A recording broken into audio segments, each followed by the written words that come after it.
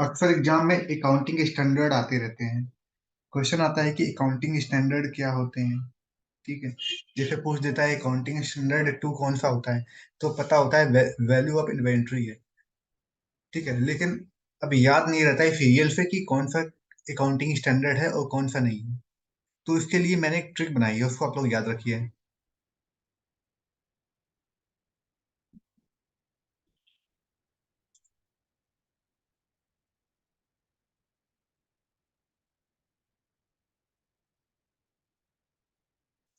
Trick है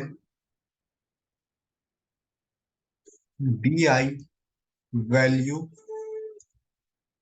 cash को ना दे,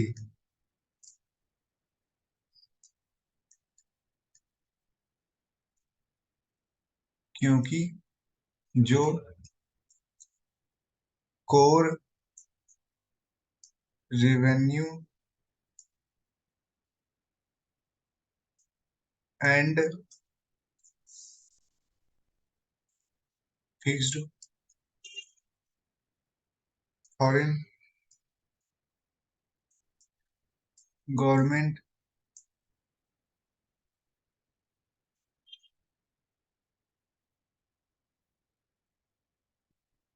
ग्रांट इन्वेस्टमेंट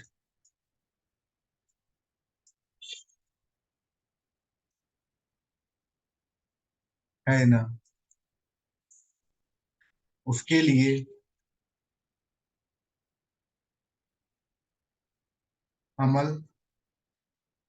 अमल को बेनिफिट जरूर हुआ,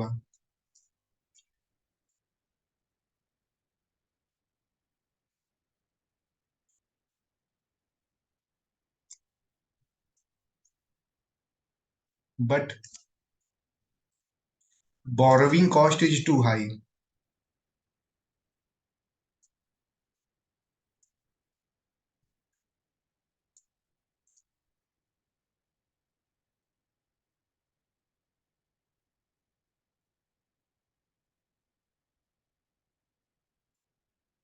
तो ये तो लिखा हुआ है यहाँ पे DI वैल्यू कैश को ना दे, क्योंकि जो core revenue and fixed foreign government grant investment है ना, उसके लिए अमल को बेनिफिट जरूर हुआ, but borrowing cost is too high.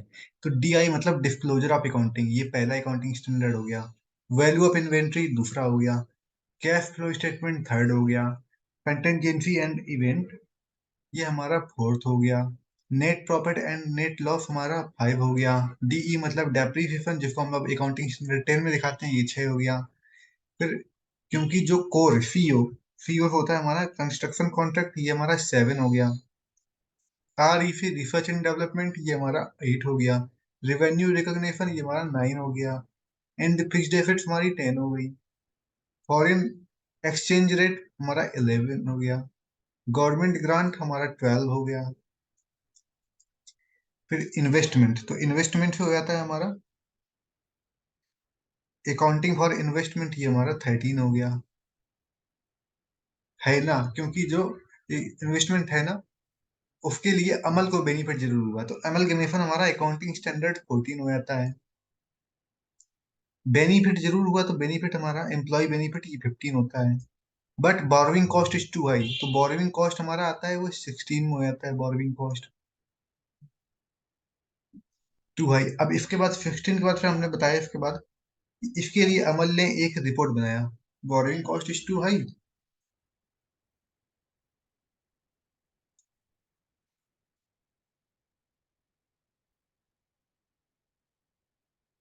के लिए अमल ने एक रिपोर्ट बनाया।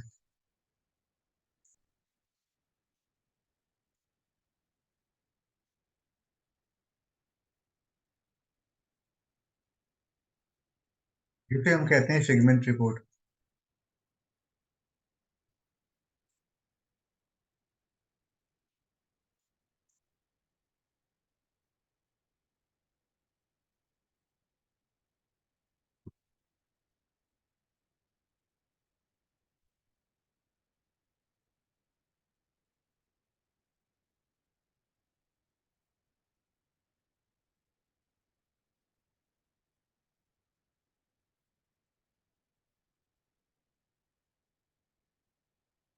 इसके दो भाग होते हैं।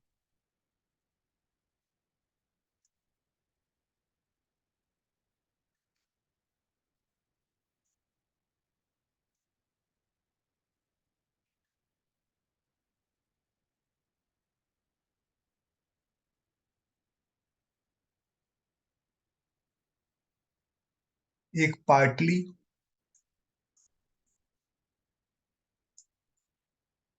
और दूसरा हो जाएगा लीज।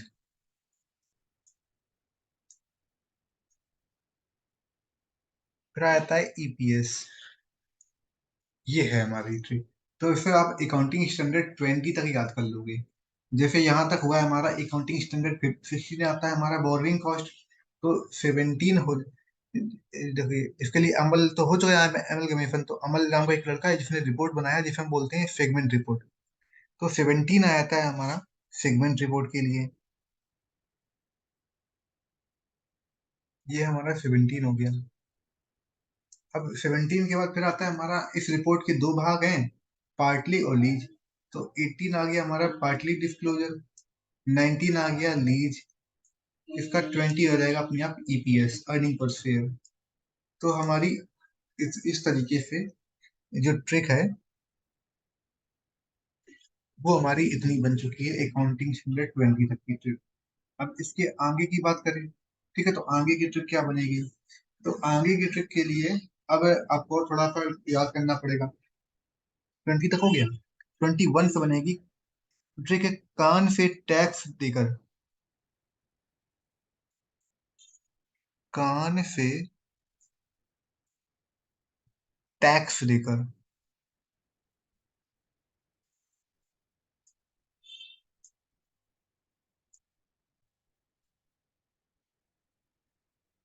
निवेश में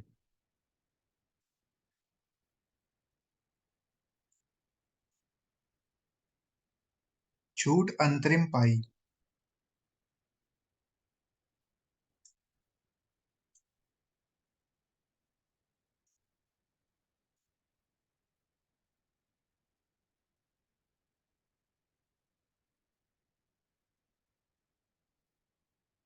इसके बाद आगे अमूर्त संपत्ति द्वारा जुड़े संपत्ति की हानि से। काफी टफ है, इसके लिए याद करना पड़ेगा लेकिन आपको। अमूर्त संपत्ति द्वारा जुड़े संपत्ति की हानि से।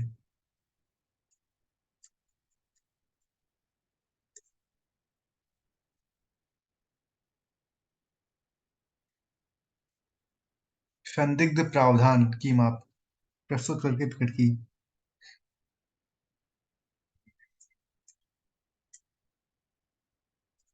प्रावधान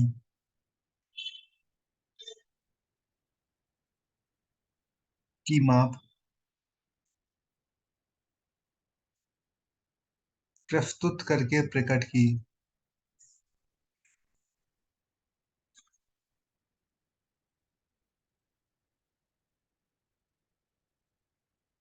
प्रस्तुत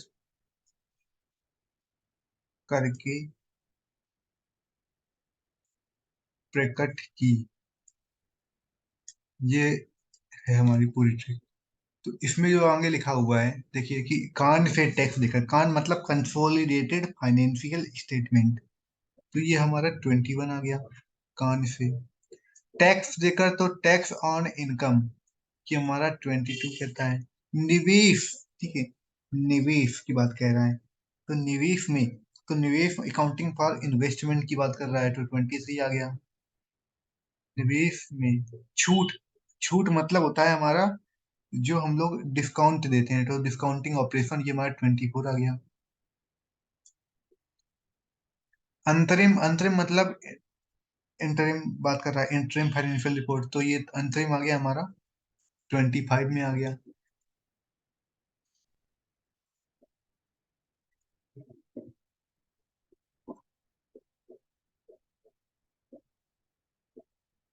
अमूर्त संपत्ति मतलब इंटेंजिबल एसेट्स हमारा ये 26 में आ गया। जुड़े, जुड़े मतलब होता है ज्वाइंट वेंचर, तो ये ज्वाइंट वेंचर हमारा 27 में आ गया। संपत्ति की हानि, इम्पेरिमेंट ऑफ एसेट्स हमारी अकाउंटिंग स्टैंडर्ड 28 में आ गई। संदिग्ध प्रावधान मतलब कि प्रोविजन हमारे अकाउंटिंग स्टैंडर्ड 29 में आ गए। की माप, तो माप मतलब मेजरमेंट, तो हमारा ये 30 में आ गया।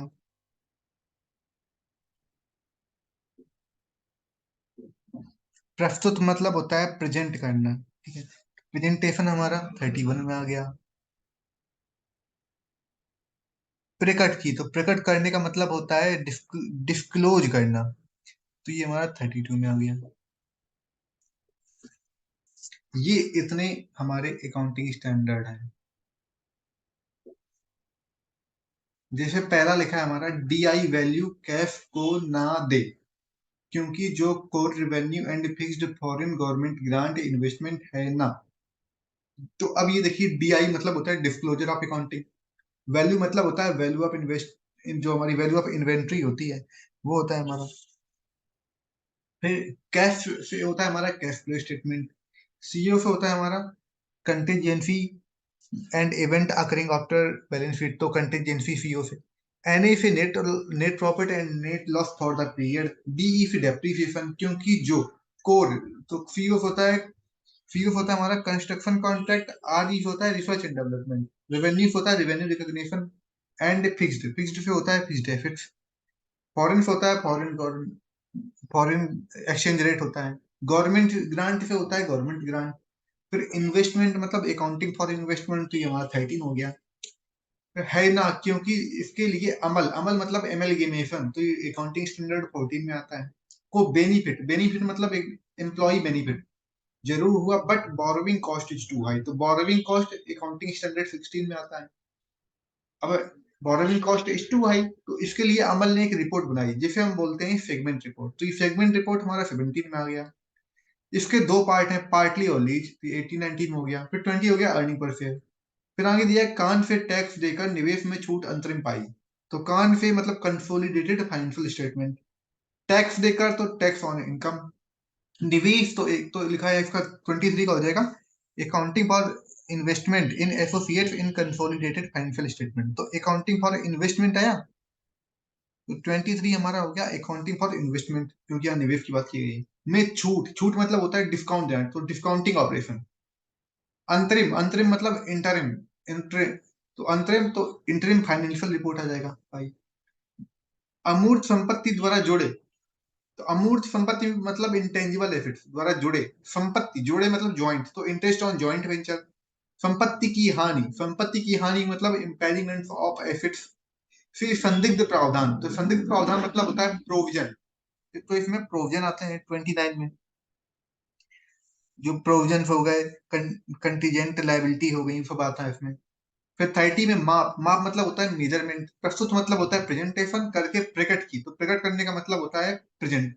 प्रकट करने का मतलब होता है डिस्क्लोज करना, डिस्क्लोजर। तो इतना क्लियर हुआ।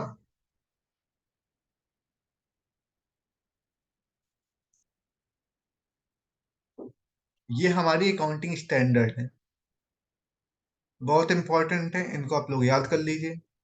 अगर आपको ये याद हो गए तो इसके आगे के आपको ये सारे क्लियर हो जाएंगे कि अकाउंटिंग स्टैंडर्ड होते कैसे हैं। अब ये मैं आपको ग्रुप में सेंड कर दे रहा हूँ। इसके आगे जो किस तरीके से अकाउंटिंग स्टैंडर्ड है होते हैं, जैसे यहाँ पे लिखा हुआ है देखिए।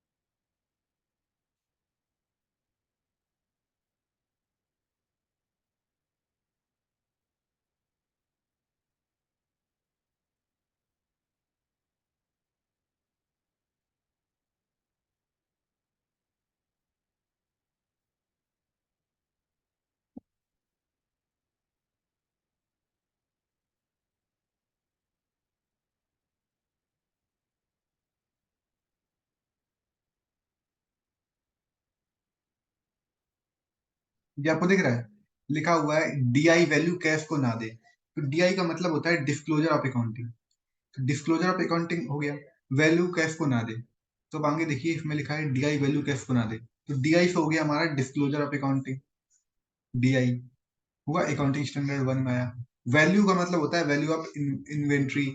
कैश, कैश मतलब कैश फ्लो स्टेटमेंट को। सीओ होता है contingency and event, CO contingency and event को ना दे तो ना दे, एनए से हो जाएगा net profit and net loss for the period. देखिए ना दे मतलब एनए से हो जाएगा नेट लॉस, एनए, ठीक है, net loss and net net profit for the period. DEC होता है हमारा डेप्रिसिएशन। अब ये डेप्रिसिएशन हमारा जो है ये अकाउंटिंग स्टैंडर्ड 6 में आता है, अब ये कन्वर्ट हो गया है 10 में, फिक्स्ड एसेट्स में चला गया है। आगे 6 के बाद फिर आगे दिया हुआ है इसमें, देखिए लिखा है 7 में, क्योंकि जो कोर, तो CO core revenue and fixed foreign. तो देखिए सीओ से होता है हमारा कंस्ट्रक्शन कॉन्ट्रैक्ट हो गया CO, revenue core CO R E, तो कोर था CO R E, core revenue तो CO R E, R E हो जाएगा research and development R E. Revenue से रेवेन्यू रिकॉग्निशन हो गया। फिक्स्ड का मतलब फिक्स्ड एसेट्स यहाँ पे आती है 10 में, 10 में आप फिक्स्ड एसेट्स लिखिए तो ज्यादा ठीक रहेगा आपके लिए, ठीक है। तो फिक्स्ड एसेट्स आ गया हमारा 10 में। 10 के बाद फिर 11 में लिखा हुआ है,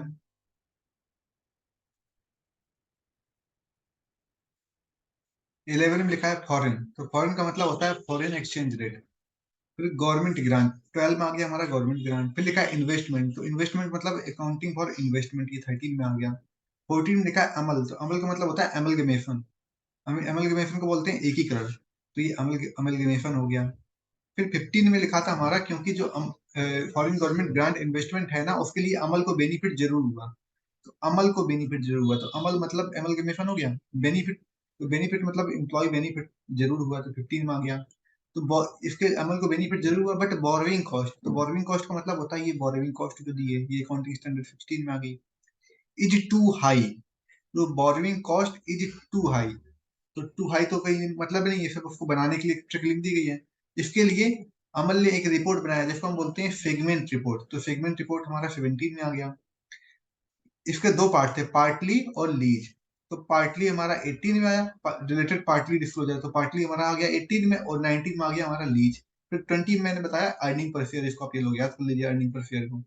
यहाँ तक क्लियर हुआ। इसका फिर 21 से अब आगे याद करना है, तो 21 से है आगे, कान, कान में टैक्स देकर, या कान से, कान में न लिखी तो कान से लिखी, कान से टैक्स देकर निवेश में छूट अंतरिम, ठीक है, पाई। तो देखिए कान से मतलब कान से कंसोलिडेटेड फाइनेंशियल स्टेटमेंट, ये 21 हो गया। टैक्स देकर, टैक्स तो टैक्स लिया, टैक्स ऑन इनकम, इनकम पे टैक्स देते हैं हम लोग।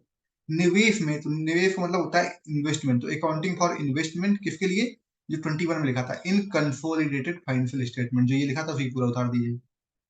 फिर 14 में, 24 में लिखा हुआ है छूट, छूट मतलब डिस्काउंटिंग ऑपरेशन। फिर छूट के बाद फिर अंतरिम, अंतरिम का मतलब होता है इंटरिम, जो बीच में होता है, तो अंतरिम मतलब इंटरिम फाइनेंशियल रिपोर्ट आ गया 25 में।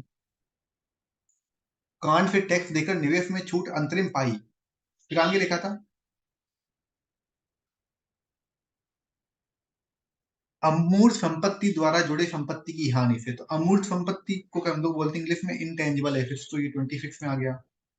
अमूर्त संपत्ति द्वारा जुड़े, तो जुड़े को हम लोग बोलते हैं ज्वाइंट वेंचर, तो इंटरेस्ट इन ज्वाइंट वेंचर आ गया, financial report in interest in joint venture. Joint मतलब होता है जुड़ा होना, तो ये ज्वाइंट हो गया। संपत्ति की हानि, संपत्ति की हानि को बोलते हैं हम लोग इम्पेरिमेंट ऑफ एसेट्स बोलते हैं। संपत्ति की हानि। फिर संदिग्ध प्रावधान, तो संदिग्ध मतलब होता है प्रोविजन, तो प्रोविजन आ गया, और प्रोविजन आ गया, कंटीजेंट आ गई, लायबिलिटी एंड कंटीजेंट एसेट्स ये सब आ गई, तो सारी चीजें प्रोविजन में आती हैं। तो संदिग्ध प्रावधान की माप, माप मतलब होता है मेजरमेंट, इंग्लिश में बोलते हैं। तो यहाँ पे देखिए आ गया अकाउंटिंग फाइनेंशियल इंस्ट्रूमेंट, मेजरमेंट आ गया, जो फाइनेंशियल इंस्ट्रूमेंट है उनको हम लोग मेजर कर रहे हैं। फिर माप प्रस्तुत करके, प्रस्तुत मतलब होता है प्रेजेंटेशन, प्रकट करने का मतलब होता है डिस्क्लोजर। तो अब आपको ये क्लियर हुआ अकाउंटिंग स्टैंडर्ड कैसे होता है। एक बार जल्दी से देख लीजिए, तो यहाँ लिखा हुआ है डी आई वैल्यू कैश को ना दे, क्योंकि जो core revenue and fixed foreign government grant investment है ना, उसके लिए अमल को बेनिफिट जरूर हुआ but borrowing cost is too high. इसके लिए अमल ने एक रिपोर्ट बनाई जिसको हम लोग बोलते हैं सेगमेंट रिपोर्ट बोलते हैं। ये अमल और रिपोर्ट ये वर्ड नहीं आएगा। नंबर 1 पार्टी, दूसरा लीज, 20 होगा अर्निंग पर शेयर। आगे लिखा है कान फिर टैक्स देकर, तो ये हो गया हमारा कंसोलिडेटेड फाइनेंशियल स्टेटमेंट। निवेश मतलब इन्वेस्टमेंट आ गया, ठीक है।